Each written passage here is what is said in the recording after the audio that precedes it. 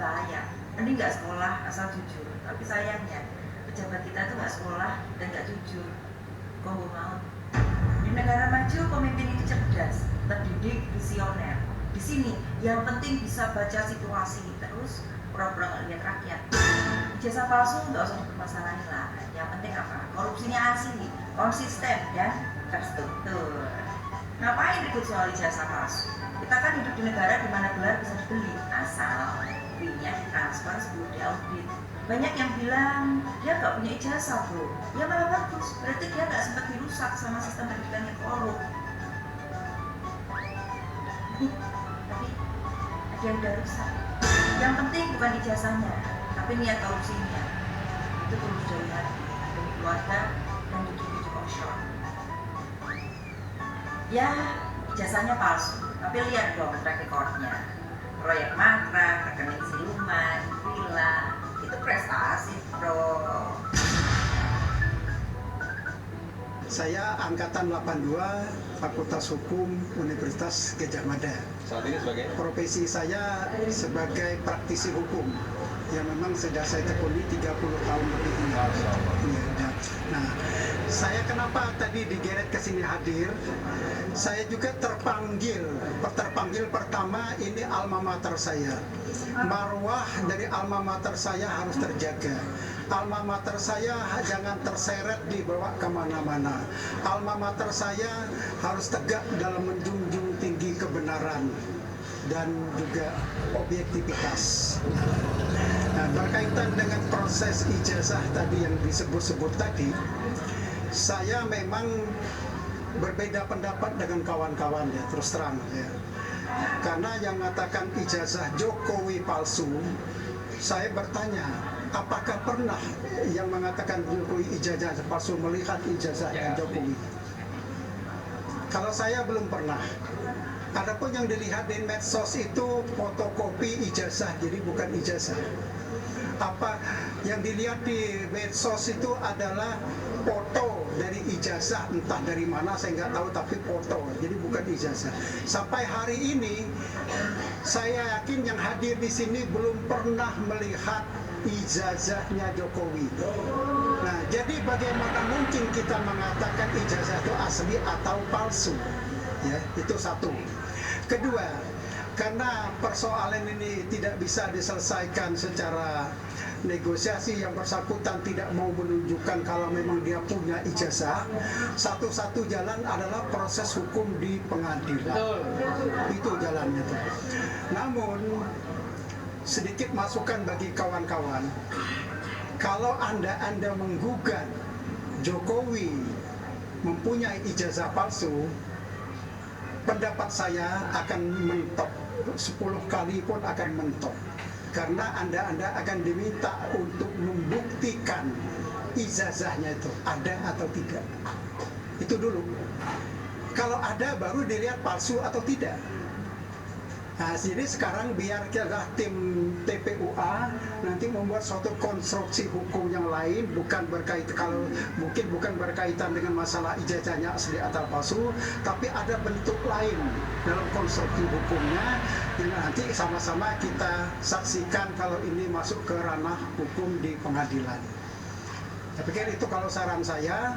Ini sudah diterima baik-baik di sini, lebih baik yaudah kita terima apa hasilnya dulu di sini, nanti bisa didiskusikan. Kemudian kalau mau dibuat konstruksi hukumnya silakan dibuat konstruksi. Ayam geprek Cumima. Nikmati sensasi pedasnya ayam geprek terlezat. Rasakan kelezatan yang membuat ketagihan. Ayam geprek, kami hadir dengan daging ayam empuk yang dilumuri dengan sambal super pedas yang bisa disesuaikan dengan selera kamu. Tak hanya pedas, tapi juga gurih dan renyah di setiap gigitan. Kenapa ayam geprek kami beda? Ayam crispy yang super renyah di luar, empuk di dalam. Sambal geprek yang pedasnya bikin nagih, cocok untuk pecinta pedas sejati. Bisa dipilih dengan level pedas sesuai selera.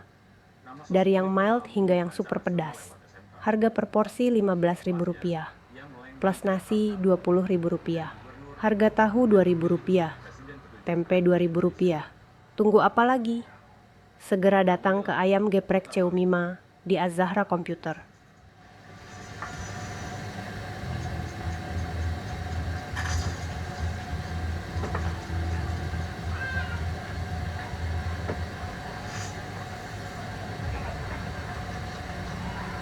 Majalah Tempo edisi 15 Januari 2012 menerbitkan laporan berjudul Dulu Benz Python, Kini SMK. Artikel itu menceritakan kisah wali kota Solo, Joko Widodo atau Jokowi yang menerima 2 unit mobil Fiat SMK. Peristiwa ini dianggap penting dan bersejarah, karena waktu itu SMK diklaim sebagai mobil buatan para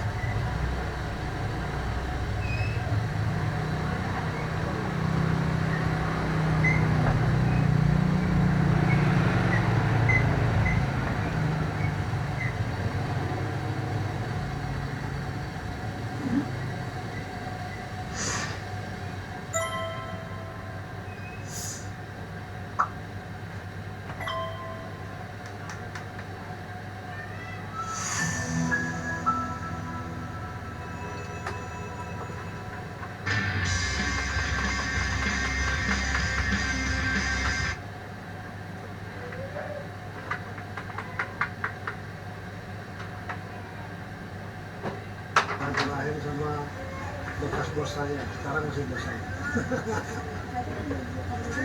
Ya, kesehatan dan sebagainya.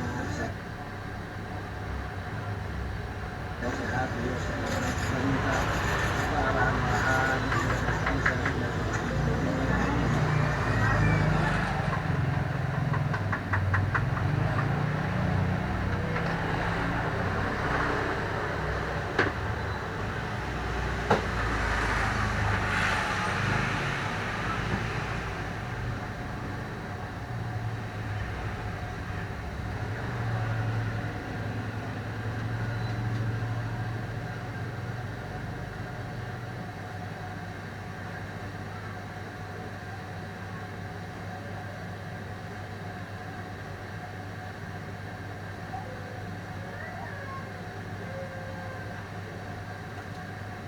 Ya, Pak Jokowi memang dengan sadar sebenarnya sedang punya agenda, sedang melakukan desain-desain tertentu.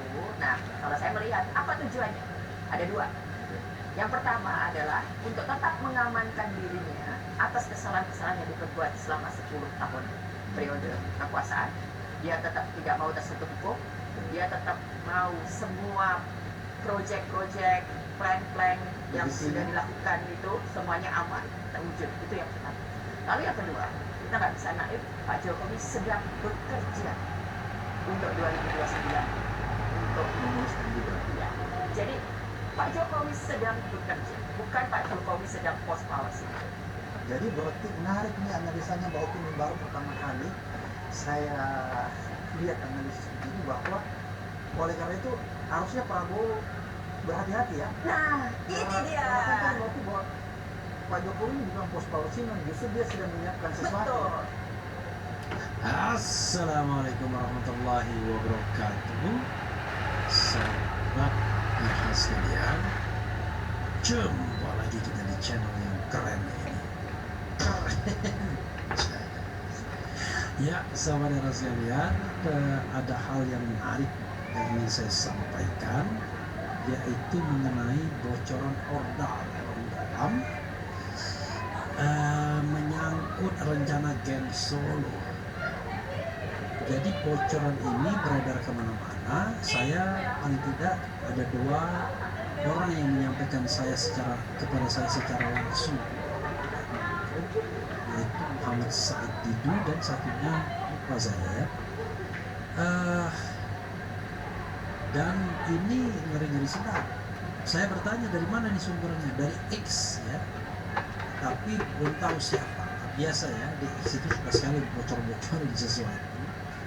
Dan ini menarik, kemudian dimuat oleh Demokrasi, dan cerita tentang ordal ini luar biasa ya. Kalau memang Gen Solo sedang merencanakan apa yang disebutkan dalam tulisan yang beredar kemana-mana ini, salah satu oleh demokrasi.id itu kalau kita bacakan yang dari demokrasi.id, saya kira sama ya. Oke, jenis ini mau dimainkan oleh Gen Solo ya. Oke, coba kita bacakan ya. saya bacakan apa yang ditulis ya, kalau disampaikan. Oke, disampaikan saya juga dan kemudian dibaca dan disampaikan oleh demokrasi.id juga ya. Oke. Tetapi sekali lagi kita tidak tahu siapa yang menulis ini, tetapi menarik karena beredar di mana-mana. Oke, kita baca. Langsung. Info bocoran Ordal, ngeri rencana geng Solo ya. Tadi malam ada info bocoran dari Ordal, bocornya sangat halus. Tim setan medsos geng Solo alias Bazar Raja Jamet selama seminggu terakhir ini mengadakan meeting malam. Ya. Tempatnya di salah satu hotel yang lokasinya tak jauh-jauh dari lokasi Lava di Pergoki sedang teler. Dalam kurung wartawan pasti tahu. Saya tidak tahu ya. Dengar-dengar di sana ada lembaran kertas merah gambar Soekarno berkoper-koper ya, warna merah ya. Topiknya luar biasa. 1. Hembuskan isu HTI bangkit going on. Ini mulai yang terkena Hosinuddin ya, Ahmad Hosinuddin. Kemudian 2. Goyang gas 3 kg going on sedang berlangsung. Kemudian kita lempar isu Bahlil nyalon cawapres 2029-2034 going on juga. Kemudian 4. Ramaikan isu Yakut Masiku going on. Gak ngerti maksudnya Yakut Masiku ya. Maksud Menteri Agama juga ya. Ini bagi Menteri Agama yang bekerja untuk ini. Menirikan isu F4 balon capres 2029-2034. Jadi coming soon. F4 itu adalah Fufufafa ya. Kemudian 6. Paling anyar menciptakan kehebohan skandal palsu dengan artificial intelligence terkait penistaan agama, perselingkuhan para tokoh lawan, pemuka agama dan lain-lain. Coming soon ya. Orang coming so on. Semua kegaduhan itu diciptakan untuk meredam semakin kencangnya desakan masyarakat terhadap tuntutan adili Jokowi, Roni dan keluarganya yang semakin hari semakin kuat akibat terkuaknya sejumlah fakta kong kali kong barter kongguan dengan PSN. Tak mungkin lagi penjarakan Said Didu dan Khalid sang nelayan Banten. Keduanya terlanjur mendapat dukungan kuat masyarakat luas.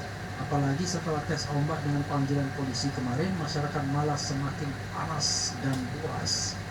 Kini tambah lagi deretan saf baru berkumpul di sepanjang pesisir desa Kohor. Ada sejumlah nama tokoh masyarakat seperti mantan Ketua KPK Abraham Samad, luar biasa ya, Ahmad Hosinuddin sang penggugat ijazah palsu Jokowi, Edi Mulyadi wartawan senior FNN, Sesepuh Muhammadiyah Din Samsudin, AF Saifullah Fattah, mantan Kepala Divisi Hubungan Internasional Kadipubin Polri Irjen Polisi Pernawiran Napoleon Bonaparte, Sekjen Pengurus Pusat Aliansi Gerakan Reforma Agraria PP Agra, Saifullah Waqoni, Ketua Umum Ketum Gerakan Nasional Pengawal Fatwa GNPF Ulama Yusuf Muhammad Martak, aktivis 98 Syahgan dan Nenggolan, dan lain-lain.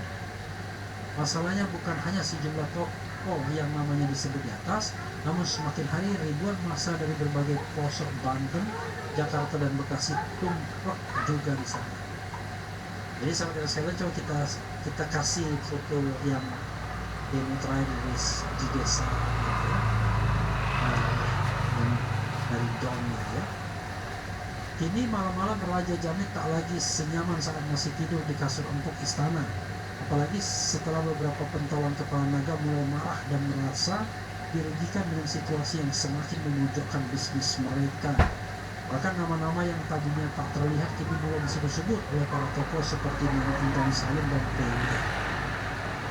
Boleh jadi ini akan membuat para naga semakin gusar dan menyampaikan fakta sesungguhnya dengan mengungkapkan apa yang sebenarnya terjadi di balik tenda camping di hutan Kalimantan Timur seperti pada wawancara dengan majalah Tempo beberapa waktu yang lalu. Tenda camping.